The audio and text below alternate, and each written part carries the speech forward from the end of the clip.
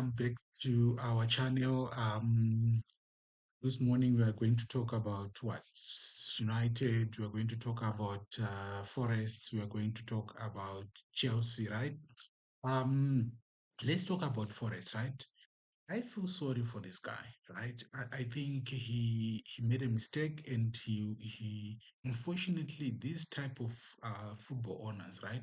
They don't accept where they've made a mistake. And what he's going to do actually is going to fire the current coach, because this it seems as if the current coach has started even worse than where they thought they could be, right? When you're a football owner, I remember when Abramovich was still at Chelsea. The good thing about Abramovich was that he would fire coaches left, right, and center, but the coaches or the caliber of coaches that he would bring to to Chelsea, right? Is either they'll win the league, they'll go for the Champions League, or they'll win whatever cup they win. I think there are very few um, coaches that were brought in by Abramovich that didn't win anything. If I remember correctly, I think AVB is one of the coaches that didn't win anything. Who else didn't win anything, right? Or most of these coaches, they came and they won whether the league or they won the what? Um, the Champions League, the FA Cup, or whatever it is. So that's the unfortunate part, right?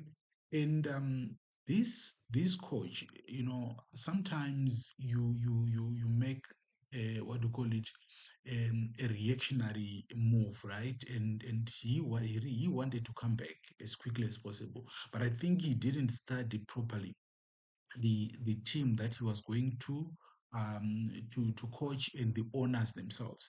Because if you look at that team, right, it's not a bad team, but I think one, they've got a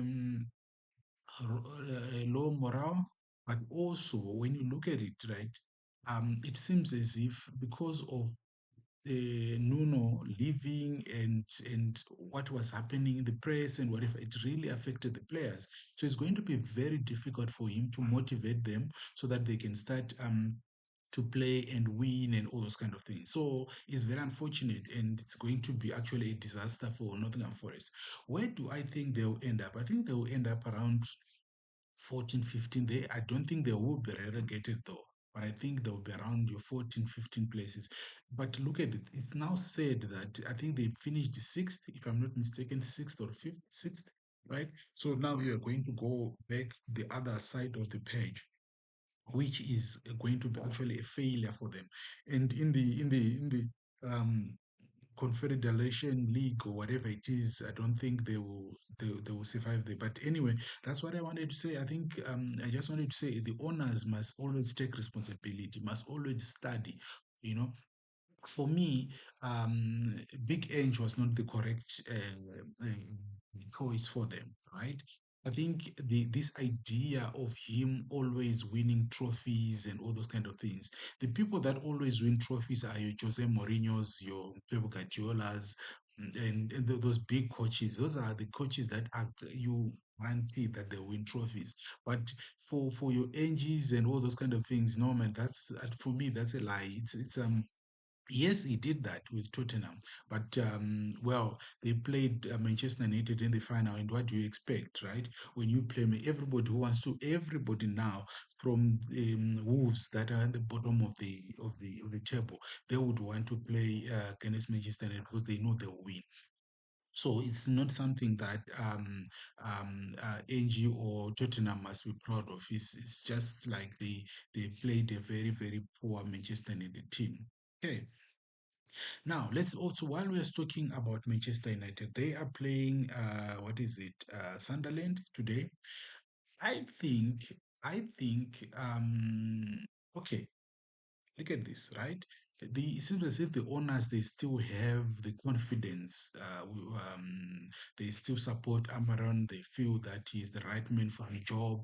Even himself, yesterday, he came out through and he said, you know what, he wants to do wonders for this team. This is the biggest team in the world, and he wants to stay here for a long time, right?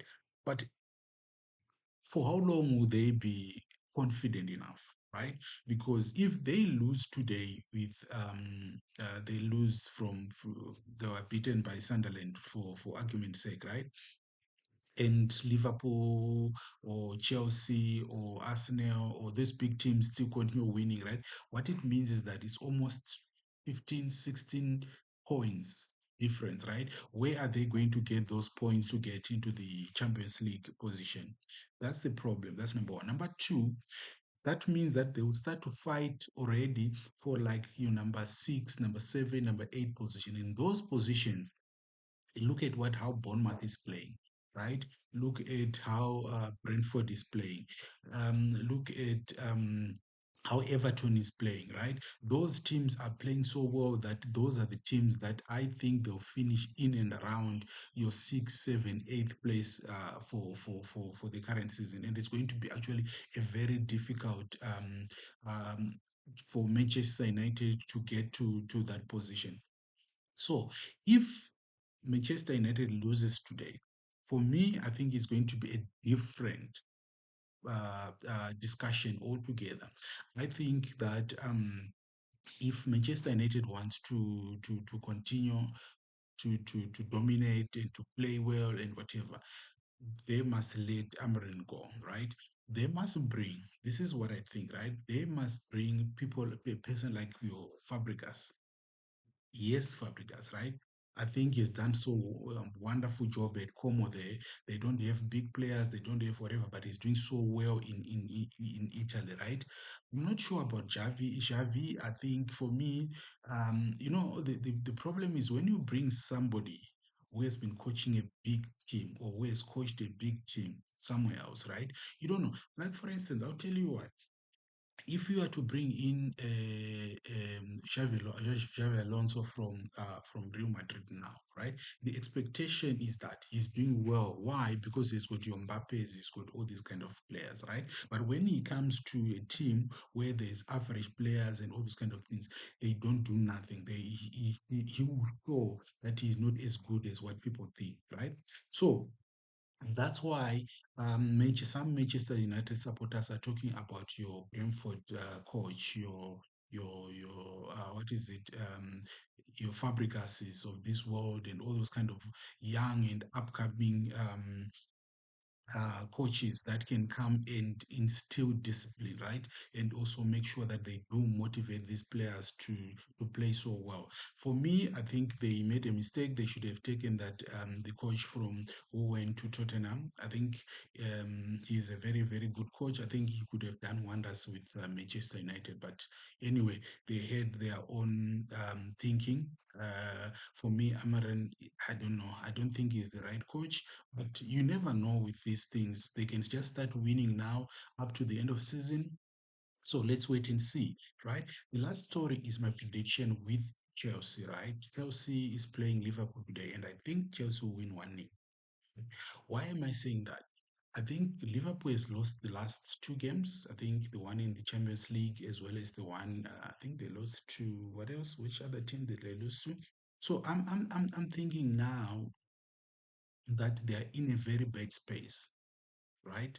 And also their number one goalkeeper also is out for the season, right? Not for the season, they're out for about what 2 weeks, 3 weeks. But the problem with Chelsea also is that they've got so many injuries, right? I think the coach was even said that they've got 7 or 8 players that are out, and we still have problems also in attack where um, we are not scoring goals ourselves as well. So it's going to also to be difficult.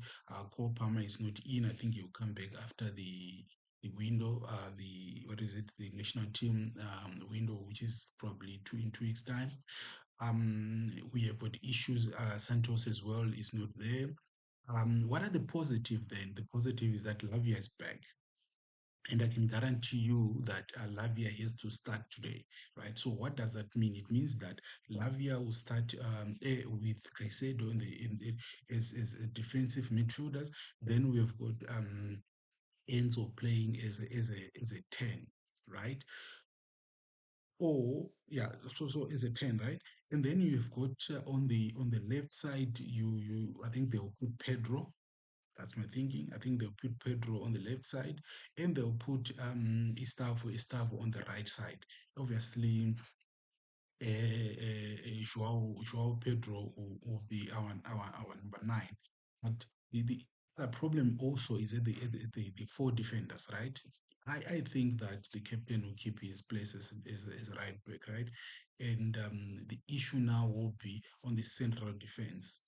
Who will play as these two CPs, right? Could it be maybe Badiashile will start? It's good for the height because obviously we have to take off of the height of the height of the Liverpool players. Most of them they are also tall guys, so we need to make sure in terms of corners, free kicks, and all those kind of things. And I also think that Achimpong is good enough to start. So I think Achimpong will also start on on the central defense, or we have to bring Hato there. For me, Hato has played there for quite some time. I think he played at Ajax, has played. So Hato is also more experienced, so he can start. The two of them, just a toss of a coin.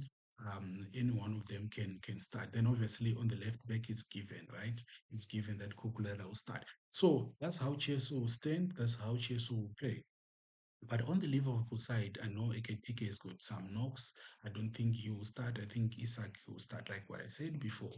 Um, Obviously, Isak is always is better than Eketike, and so it doesn't really matter whether Eketike is there or not. So he will play well.